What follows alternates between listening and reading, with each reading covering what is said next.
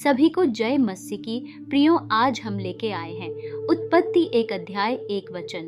प्रियो, आज हम जानेंगे कि परमेश्वर ने किस प्रकार आकाश और पृथ्वी को बनाया।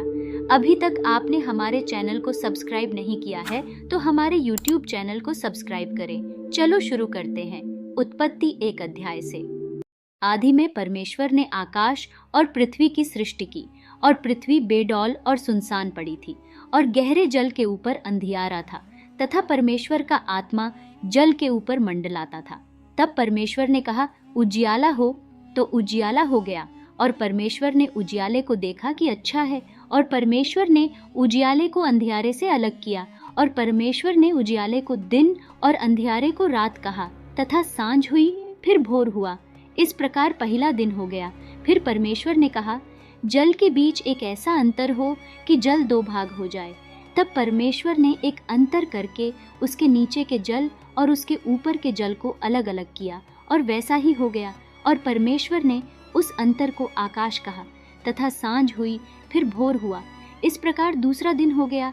फिर परमेश्वर ने कहा, आकाश के नीचे का जल एक स्थान में इकट्ठा हो जाए और सूखी भूमि दिखाई दे, और वैसा ही हो गया। और परमेश्वर ने सूखी भूमि को पृथ्वी कहा, तथा जो जल इकट्ठा हुआ उसको उसने समुद्र कहा। और परमेश्वर ने देखा कि अच्छा है। फिर परमेश्वर ने कहा, पृथ्वी से हरी घास तथा बीज वाले छोटे छोटे पेड़ और फलदायी वृक्ष भी, जिनके बीज उन्हीं में एक एक की जाति के अनुसार होते हैं, पृथ्वी पर उगे। और वैसा ही हो गया। तो पृथ्वी से हरी घास और छोटे छोटे पेड़, जिनमें अपनी अपनी जाति के अनुसार बीज होता है, और फलदायी वृक्ष, जिनके बीज एक एक की जाति के अनुसार उन्हीं में होते हैं, उगे। और परमेश्वर ने देखा कि अच्छा है। तथा सांझ हुई, फिर भोर हुआ। इस प्रकार तीसरा दिन हो गया। फिर परमेश्वर ने कहा, दिन को रात से अलग करने के लिए आकाश के अंतर में ज्योतियां हों, और वे चिन्हों और नियत समयों और दिनों और वर्षों के कारण हों। और वे ज्योतियां आकाश के अंतर में पृथ्वी पर प्रकाश देने वाली भी ठहरे, और वैसा ही हो गया। तब परमेश्वर ने 2 बड़ी ज्योतियां बनाई। उनमें से बड़ी ज्योति को दिन पर प्रभुता करने के लिए, और छोटी ज्योति को रात पर प्रभुता करने के लिए बनाया। और तारागण को भी बनाया। परमेश्वर ने उनको आकाश के अंतर में इसलिए रखा कि वे पृथ्वी पर प्रकाश दें, तथा दिन और रात पर प्रभुता करें, और उजियाले को अंधियारे से अलग करें। और परमेश्वर ने देखा कि अच्छा है।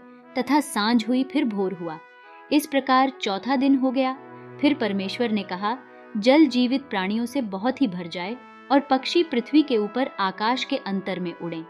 इसलिए परमेश्वर ने जाति जाति के बड़े बड़े जल जंतुओं की और उन सब जीवित प्राणियों की भी सृष्टि की, जो चलते फिरते हैं, जिनसे जल बहुत ही भर गया, और एक एक जाति के उड़ने वाले पक्षियों की भी सृष्टि की। और परमेश्वर ने देखा कि अच्छा है। और परमेश्वर ने यह कह के उनको आशीष दी कि फूलो फलो और समुद्र के जल में भर जाओ, और पक्षी पृथ्वी पर बढ़े। तथा सांझ हुई, फिर भोर हुआ। इस प्रकार 5वां दिन हो गया। फिर परमेश्वर ने कहा, पृथ्वी से एक एक जाति के जीवित प्राणी, अर्थात घरेलू पशु और रेंगने वाले जंतु, और पृथ्वी के वन पशु जाति जाति के अनुसार उत्पन्न हो। और वैसा ही हो गया। सो परमेश्वर ने पृथ्वी के जाति जाति के वन पशुओं को, और जाति जाति के घरेलू पशुओं को, और जाति जाति के भूमि पर सब रेंगने वाले जंतुओं को बनाया। और परमेश्वर ने देखा कि अच्छा है। प्रियो, आपको समझ में आ गया होगा कि परमेश्वर ने आकाश और पृथ्वी को किस प्रकार बनाया। प्रियो, परमेश्वर आप सबको बहुतायत आशीष दे। आमीन।